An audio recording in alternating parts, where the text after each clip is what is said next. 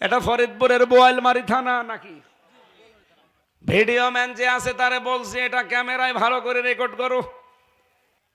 কোন অ্যাডাল্ট পুরুষের পিতা নবীজি ছিলেন না, এই জন্য আল্লাহ সেবিয়ান দেননি। যদি দিতেন খ্রিস্টানরা ভুল ধরতো যে কোরআনে ভুল পাওয়া গেছে। আল্লাহ রাব্বুল আলামিন এমন এমন শব্দ চয়ন করেছে যেখানে যেটা দরকার কিয়ামত পর্যন্ত মানুষ শুধু গবেষণাই করবে, কোনো ভুল খুঁজে পাবে না। ক্যার্স স্টেভেন পপ সঙ্গীত শিল্পী, আন্তর্জাতিক মানের, সারা দুনিয়া তারে চেনে।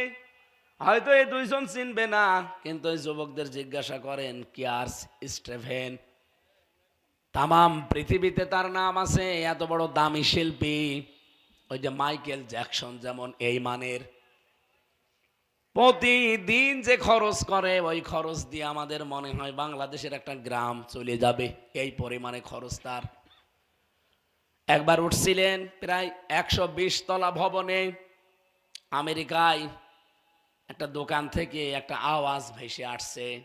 অত গানের মানুষ, দুই দিকে দুইজন অর্ধ উলঙ্গ মেয়ে লোক নিয়ে উঠতেছে।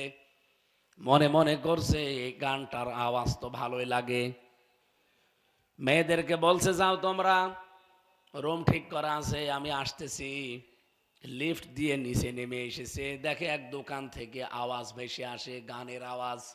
ওর কাছে গান, কাছে যে জিজ্ঞাসা করছে দোকানদারকে এই গানের সুরকারকে, লেখককে।